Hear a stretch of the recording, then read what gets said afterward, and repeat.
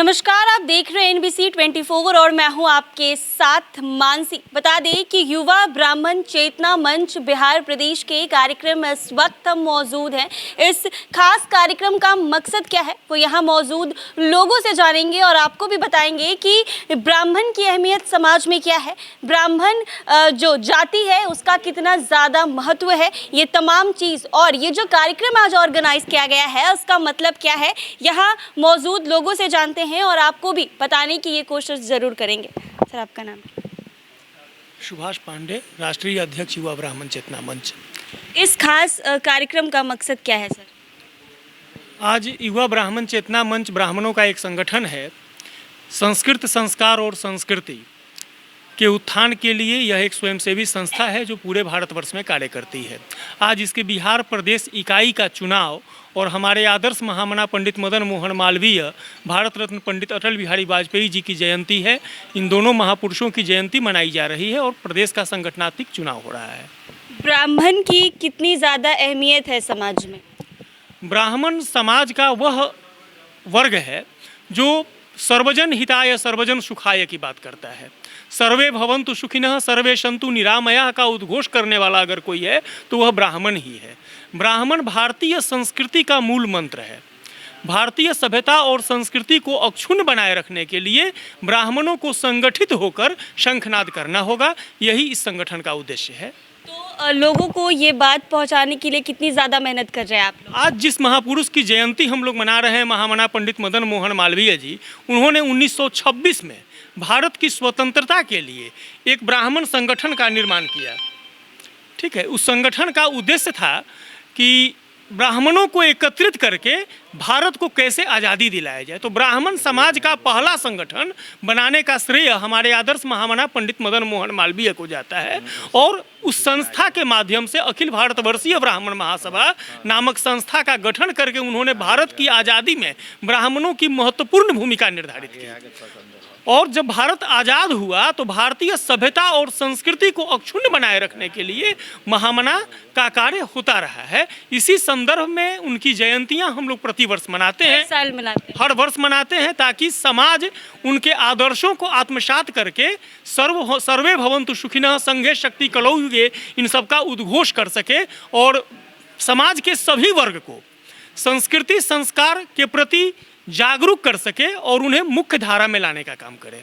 संस्कृति को जागरूक कर सके, जैसा कि आपने बताया है अभी, तो हमारे समाज में कहीं ना कहीं संस्कृति को लेकर लोग अभी भी पीछे हैं। तो इसको लेकर समाज को क्या बोलेंगे कि संस्कृति को कितने आगे तक लेके जाया जा सके? देखिए, अभी का जो आधुनिक युग चल रहा है इसमें भारतीय सभ्यता और संस्कृति पर चारों ओर से प्रहार हो रहा है और उस प्रहार के कारण समाज दिग्भ्रमित होकर विदेशी परंपराओं का अनुकरण करता जा रहा है। विदेशी परंपरा बहुत ज़्यादा प्रचलन में है। हाँ, और अपनी परंपराओं को हम भूलते जा रहे हैं। आधुनिकता की दौर में हम आगे बढ़ें, लेकिन अपनी जड़ों को सींचते हुए आगे बढ़ें, तभी हम एक स्वस्थ समाज का निर्माण कर पाएंगे। यही इस संगठन का मूल उद्देश्य होता है। यही इस संगठन का युवा ब्राह्मण का चेतना मंच, इसका पीछे का क्या संदेश? हाँ, देखिए, हम लोगों के यहाँ 4 वर्णों में समाज को बांटा गया है, ब्राह्मण, क्षत्रिय, वैश्य और शूद्र। तो ब्राह्मण जो हैं वह, उनमें वय का निर्धारण जो होता है वह ज्ञान बल पर होता है, वैश्य में धन बल पर होता है, क्षत्रिय में धन बाहुबल पर होता है और शूद्र में आयु से होता है। यानी जो समाज के सेवा करने वाला वर्ग है उनमें आयु वर्ग से होता है। तो ब्राह्मण ज्ञान के मामले में आज युवा अवस्था में हैं, उन्हें वृद्धत्व की ओर अग्रसर कराने की चेतना जागृत करने के लिए जिस मंच की स्थापना की गई उस मंच का नाम है युवा ब्राह्मण चेतना मंच। तो ये थी कि कहीं ना कहीं अपने संस्कृति को बरकरार रखने के लिए लोगों को बढ़ चढ़कर हिस्सा लेना पड़ता और भी लोगों के साथ जुड़ेंगे। क्या नाम है? विंध्याचल पांडे। आज के जनरेशन में अपनी संस्कृति को बढ़ाने के लिए कितनी ज़्यादा मेहनत कर रहे हैं? आज के परिसर में हमें बच्चों को, युवाओं को अपनी संस्कृति न भुलाएं, जो हमारी आधुनिक संस्कृति है उसको बरकरार रखें और अपनी संस्कार को न भुलाएं, संस्कार को बरकरार रखें। इसलिए हम लोग स्वाभाविक करते हैं और यत्र तत्र हम लोग समय समय पर प्रशिक्षण केंद्र भी चलाते हैं, प्रशिक्षण भी देते हैं, जहाँ से कि ये सबको यह जानकारी प्राप्त हो कि हमारी जो मूल संस्कृति है, जो हमारी मूल सभ्यता है, उसे हम न भूलें। अगर उसे हम भूल जाएंगे तो हम सनातन से दूर हो जाएंगे। हमारे सनातन धर्म को बनाने के लिए हमारी संस्कृति और सभ्यता बहुत ज़रूरी है।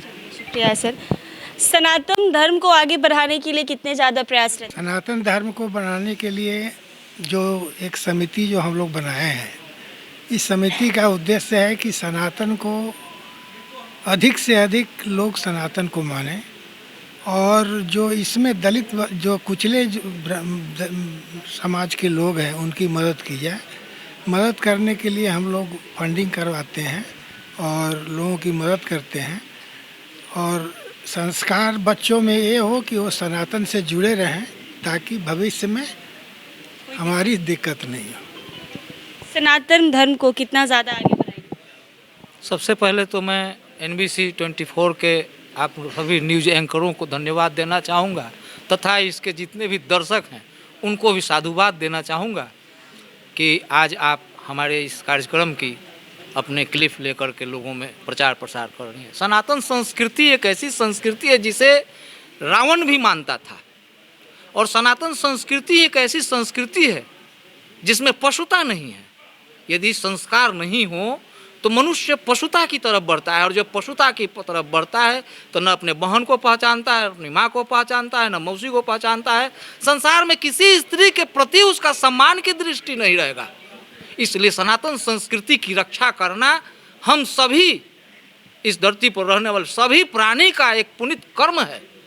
और ब्राह्मणों ने सर्वस्व अपना न्यौछावर करके, चूँकि ब्राह्मण एक ट्रस्ट है, ब्राह्मण शब्द ही एक ट्रस्ट है। जिसको शपथ लेते थे लोग तो कहते थे कि ब्राह्मण के सामने मैं शपथ लेता हूँ। ऐसी हमारे यहाँ संस्कृति थी। ब्राह्मण ही एक ऐसा ट्रस्टफुल बैंक है जिसके यहाँ लोग डोनेशन करते थे और उस डोनेशन से ब्राह्मण अपने संसार में आए हुए किसी भी परिस्थिति के किसी भी संकट का निवारण करता था। परंतु ब्राह्मणों ने कभी राज सत्ता का लोभ नहीं किया। जब भी राज सत्ता पर किसी प्रकार की कुठाराघात हुई तो ब्राह्मणों ने अपने बलिदान को दिया। चाहे वो महाराणा प्रताप हों, उनके साथ भी चक्रपाणी मिश्रा था, चाहे वो पृथ्वीराज चौहान हो, उनके साथ भी चंद्रवरदाई था।